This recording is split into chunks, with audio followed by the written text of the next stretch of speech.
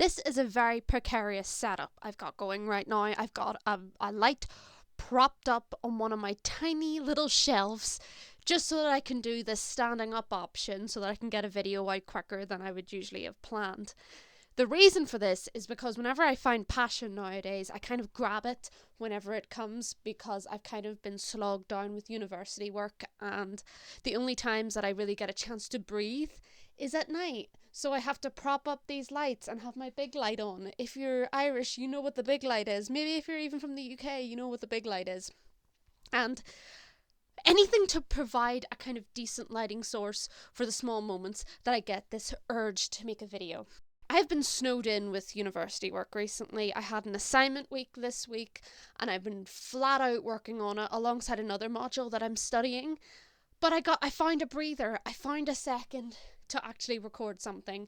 And the funny thing is the reason that I got the inspiration for this video was while I was finishing off some of the you have to do reflection activities after filling out an assignment, things that you think you've improved on from the last one, what you want to carry into the next one, etc., etc. I was filling all this out and I was listening to, I have a playlist called No Words Just Feels on my Spotify, and it basically plays music with no words, and there's a lot of Doctor Who music on that, a lot of Murray Gold stuff in there, just stuff without lyrics, and Hologram came on.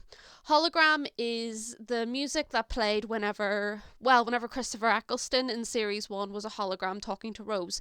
It was also the music that played while he did his goodbye speech on Regenerated. This is a very emotional piece for me, and every time I listen to it, it reminds me of when I first watched this episode back in 2005 and how emotional I got. And listening to it gave me the kind of poke to make this video, because it was an idea that I've had it since this whole news broke out, but finding time to do it amongst my university work has been a bit of a challenge. But that nostalgia brought me here to make this video. So enough of the preface. What am I talking about? Well, I'm sure by now anyone in major Doctor Who circles have probably heard that Millie Gibson, the actress who plays Ruby Sunday, has been rumoured. I don't think that there's been an official announcement from her yet, but it's been rumoured that she is going to leave either after one series or she has dwindling appearances in the second series. An actress has already been announced as her replacement, and where I am very happy for this actress, I'm not going to talk too much about her at the minute because I kind of feel bad for Millie that her run as a companion has barely started and people are already more focused on this new actress who's going to take over the role from Millie, and I don't think that's fair. So while I'm really happy for this actress, I'm going to focus on Millie Gibson for this video. The reason that Hologram made me want to record this video finally was the reasoning that people were given for Millie Gibson's departure, or there's all sorts of wording that comes out when these things happen. There's Millie Gibson's departure, Millie Gibson has been dropped by the BBC, Millie Gibson quits, or Millie Gibson has been fired. And while we will never know what the truth is, I would rather wait until Millie Gibson herself makes an official announcement, because why would I trust any other source but the woman herself? I have a bit of uneasiness when it comes to this kind of news breaking because it has happened before. There are rumours going around that Millie Gibson was sacked because she's hard to work with and she's a diva and she couldn't handle the night shoots and all she did was complained about them. And this is being spread everywhere. In comment sections, people are saying, oh, I heard, as if they have like a professional connection, like they work for the BBC and they know exactly why Millie Gibson is only having the one series run. And it gives me the ick because it's like history repeating itself. That history being the departure of Christopher Eccleston. When Christopher Eccleston left in 2005, I was 6 years old. I didn't know anything about on-set drama or things like that. All I knew was that he was no longer going to be the Doctor. I remember asking my dad when I was younger if any Doctor had ever been fired, and he said it could be argued that Colin Baker was fired. And that is a whole complicated miasma of things that I'm not going to get into today, because one, I'm not educated enough on the whole situation that happened with Colin Baker, and two, I don't think it's very fair saying, oh, he's the only one. We don't know for sure. But when Christopher Eccleston left, we never really know his reasoning. only Christopher Eccleston knows why he left, and maybe the few people involved with the situation with Christopher Eccleston know why he left. He has never really given us an in-detailed description of why he only went on for one series. The BBC, though, had plenty to say, and I only learned this later on. I learned this when I was older, because obviously I was a kid. There wasn't, like, the internet wasn't what it was now, what it is now. Back in 2005, word didn't spread the same way, and I wasn't as involved on online forums as I am now. But the BBC said Christopher Eccleston was tired, and he was, like, wrung out as an actor, and they said all these things about him to make it seem like he was some difficult man to work with, and that he was old and getting unable to be an actor and handle the intensity of Doctor Who. And if you think about it, whenever you hear the word tired, does that remind you of a particular line in the Christmas Invasion? And I don't want to believe the rumour that was written in because Christopher Eccleston had trouble with them, because it is very well known that Christopher Eccleston had contention with whatever was going on behind the scenes in the Doctor Who of 2005 or 2004, whenever they were filming, and people argue, oh well, Billie Piper stayed on, David Tennant didn't seem to have an issue with it. And while that is true, Billie Piper has gone on record to say that she was going to leave with Christopher Eccleston, but then she met David Tennant and she stayed on for another series. So whether she had the same reasoning for leaving as Christopher Eccleston, it's not like she chose to stay because she disagreed with him. Only recently are we seeing kind of glimpses into what really went on with Christopher Eccleston and the rest of those behind the scenes on Doctor Who. If you've seen the convention where he got asked what would it take for you to come back, and he said fire Russell T Davies, fire Judy Gardner, fire Phil Collinson, I think it was, or fire basically this miasma of people. So these are clearly the people he had the problem with. And whatever it was, the problem that it was that he had, I don't think that the spreading of rumours on the BBC's behalf was necessary, particularly because you're supposed to kind of support these actors. Every other actor got, as far as I'm aware, got a kind of, oh, farewell, goodbye, and I don't know if that, we loved you, you did your time, except I think Peter Capaldi, he got told to leave, I think, because Chris Chibnall wanted to do a whole new thing, and we know what that whole new thing was now. But I don't remember him being slandered to the extent that Christopher Eccleston was, as if he was a tired, washed up old actor who was difficult to work with. And yes, there have been variety of different stories going on about him. There are people who said that, oh yeah, I've been on set with him as like a runner or as like a smaller like role kind of job, and he's so hard to work with. But then there's other stories of people saying, I've been on set with him and he's the most loveliest man you've ever met. The thing that I don't like is the spreading of rumours, the desire to find some sort of issue that is the reason for someone going. Like, Millie Gibson couldn't have just had one season because that's all she wanted to do, or that's all she saw for herself, or she thinks Ruby Sunday's story ties up nicely in one season. It has to be she's a diva. It has to be that she's difficult to work with. It has to be some juicy story for people to get their enjoyment out of the fact that this woman was horrible to work with and she got sacked.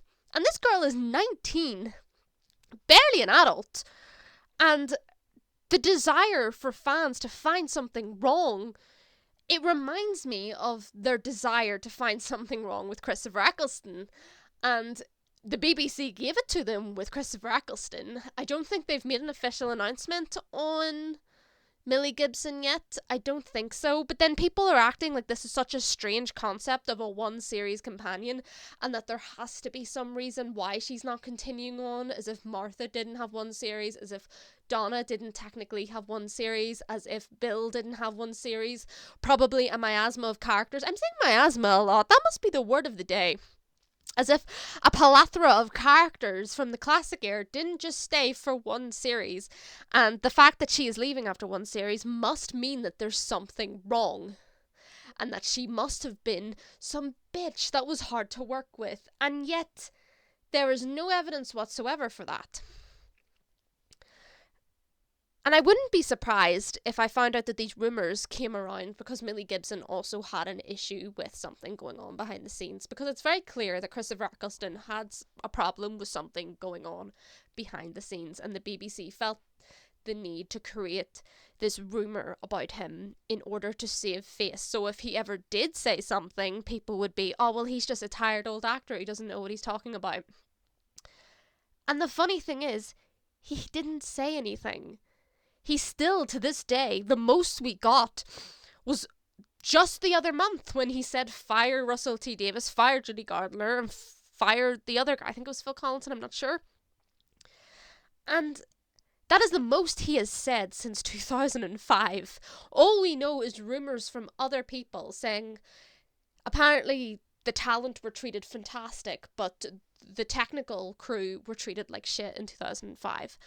That is one of the rumours I've heard that he had a problem with. And that's why he quit. And he tried to take it to the higher-ups, and the higher-ups didn't care. It was a director or something. He only directed 2 episodes in the first series, and he was never invited back. Again, all conjecture, just rumours. I don't know, because he's never said anything. And yet the BBC felt the need to create this slanderous reason for him leaving because they were so afraid that he would say something. And that speaks louder to me than the actual fact that he may have been difficult to work with. I don't know, but the BBC feeling the need to do this speaks more to the fact that whatever he had a problem with probably was worth having a problem with, because they clearly wanted to try to discredit him so no one would believe it. And it seems like no one has learned their lesson. No one remembers all this stuff about Christopher Eccleston, but then a lot of people don't know about it either. A lot of people just think Christopher Eccleston was a 1-series doctor and that was it. And I would understand. I thought that too. I didn't know until I was a lot older that there was some sort of contention between him and the higher-ups in the BBC. And I just don't understand how history is repeating itself. Or more so, I do understand why history is repeating itself, because this is what people do. They love the drama. They love the gossip. They love to have something to type about. I heard she was a diva. I heard she was difficult to work with.